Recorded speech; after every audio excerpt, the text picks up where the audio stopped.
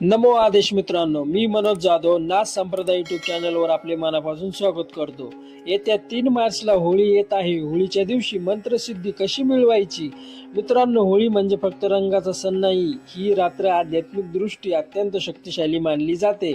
होलिका दहन यामुळे या दिवशी अधर्माचा नाश झाला. होलिका दहन म्हणजे आपल्या जीवनातील नकारात्मकता शक्ती जळून टाकण्याचा संकेत आहे.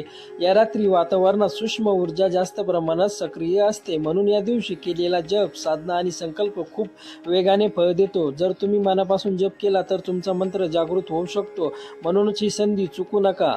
आज आपण समजून घेणार आहोत की मंत्रसिद्धी म्हणजे काय. आपण रोज मंत्र जाप करतो, पण अनेकदा असं वाटतं की परिणाम का दिसत नाही. मंत्रसिद्धी म्हणजे मंत्रांमध्ये असलेली शक्ती जागृत होणे. जेव्हा तुमचा मंत्र फक्त शब्द राहत नाही तर तो तुमच्या आयुष्यात बदल घडू लागतो, ती मंत्रसिद्धी असते. मंत्र म्हणजे फक्त अक्षर नाही, ते आहे ऊर्जा, आणि ती ऊर्जा जागृत करण्यासाठी श्रद्धा, नियम आणि योग्य वेळ आवश्यक असते. होळीची रात्र ही एक अशी संधी आहे ज्या दिवशी मंत्राची शक्ती लवकर जागृत होते. सर्वात मोठा प्रश्न, होळीच्या दिवशी कोणता मंत्र घ्यावा? उत्तर खूप सोपे आहे. ज्याच्यावर तुमची श्रद्धा आहे त्याच देवाचा मंत्र घ्यावा. उदाहरणार्थ, तुमचा गुरुमंत्र किंवा ओम नमो भगवते वासुदेवाय नमः, किंवा नवनाथ भक्तांसाठी ओम चैतन्य नवनाथाय नमः. एक लक्षात ठेवा, मंत्र वारंवार बदलू नका. एकच मंत्र घ्या आणि पूर्ण विश्वासाने जप करा. मंत्र बदलला की ऊर्जा विखुरते. मंत्र एक, श्रद्धा एक आणि संकल्प एक, हेच यशाचे सूत्र आहे.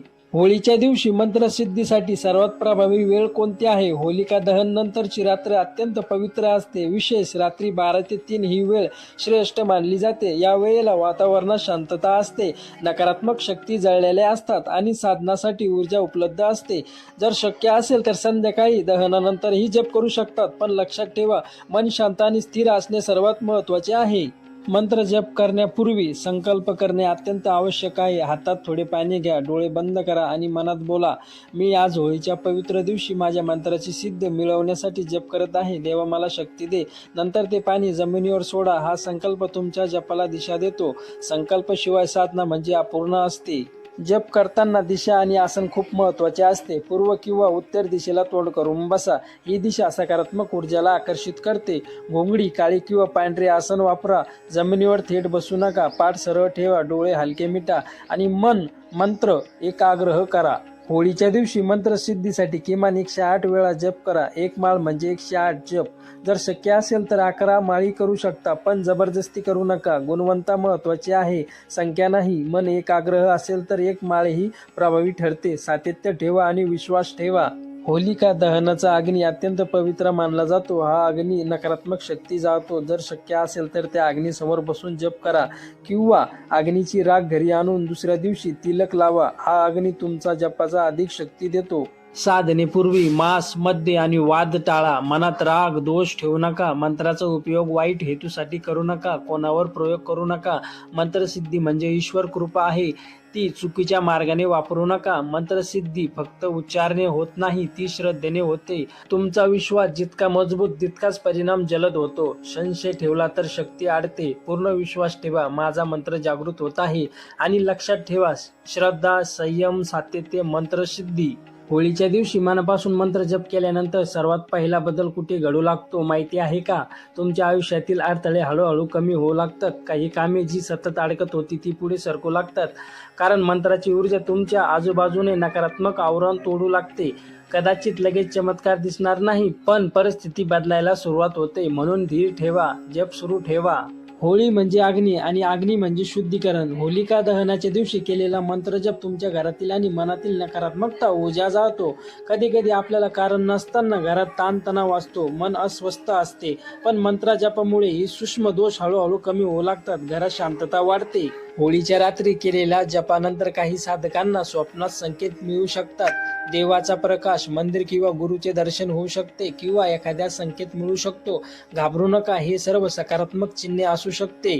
जर असे काही अनुभव आले असेल तर ते लिहून ठेवा. ते तुमच्या साधनेची प्रगती दर्शवू शकतात.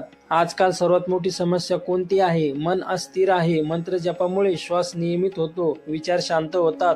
होळीच्या दिवशी केलेला साधना मनाला स्थिर करते. राग, भीती, अस्वस्थता कमी होऊ लागते. मन शांत झाले की निर्णय योग्य होतात आणि आयुष्य योग्य दिशेने जाते. तुम्ही लक्ष दिले आहे का, काही घरांमध्ये प्रवेश करताना शांतता जाणवते. मंत्र जपामुळे घरात सकारात्मकता, शांती निर्माण होते, वाद कमी होतात, आपुलकी वाढते. होळीच्या दिवशी संपूर्ण कुटुंबाने एकत्र जप केला तर परिणाम अधिक जाणवतो, चांगला मिळतो. घर हे मंदिर बनू शकते, फक्त भक्ती हवी. मंत्रसिद्धीचा परिणाम फक्त आध्यात्मिक नसतो, तो तुमच्या भौतिक जीवनातही दिसतो. अडकलेले पैसे मिळू शकतात, नवीन संधी मिळू शकते. हे कसे होते? कारण तुमचा आत्मविश्वास वाढतो, निर्णय क्षमता सुधारते, हे देवकृपेने योग्य मार्ग मिळतो. मंत्र जपामुळे तुमचा आवाज, तुमचे विचार, तुमची ऊर्जा बदलते. तुम्ही निर्णय घेताना घाबरत नाही, तुम्हाला वाटते की मी सक्षम आहे. हा आध्यात्मिक विश्वास म्हणजे देवाची कृपा आहे. होळीच्या दिवशी सुरू केलेला जप तुमचा व्यक्तिमत्व सकारात्मक बदल घडवतो. कधी कधी जीवनात असे प्रसंग येतात की आपण म्हणतो हे देवामुळेच झाले. मंत्रसिद्धीनंतर अशा योगायोगाची संख्या वाढू शकते, योग्य वेळी योग्य मदत मिळू शकते. हीच देवांची कृपा असते, ती दिसत नाही पण अनुभवता येते. जर तुम्ही एखादा नवस बोलला असाल तर होळीच्या दिवशी केलेला मंत्र जप त्याला गती देऊ शकतो. पण एक गोष्ट लक्षात ठेवा, नवस स्वार्थासाठी नसावा, तो योग्य आणि धर्मयुक्त असावा. श्रद्धा आणि सातत्य ठेवा, देव योग्य वेळ आल्यावर फळ देतो. होळीच्या दुसऱ्या दिवशी होलिका दहनाची राख खूप पवित्र मानली जाते. ही राख म्हणजे जळून गेलेल्या नकारात्मक शक्तीचे प्रतीक आहे.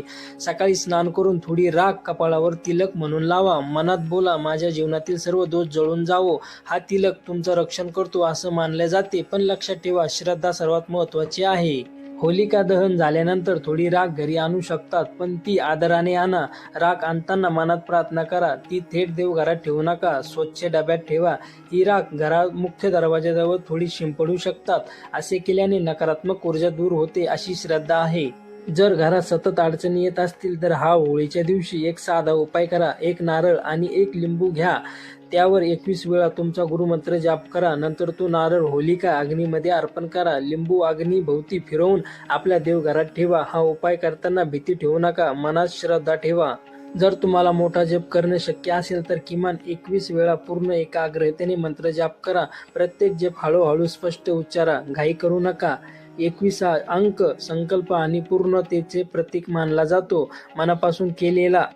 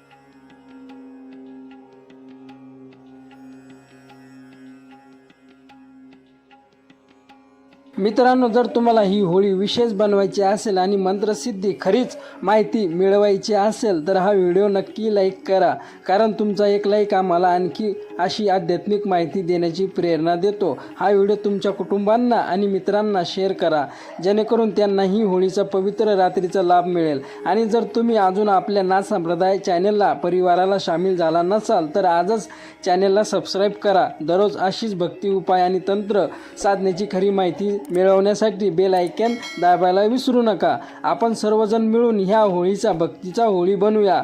नमो आदेश.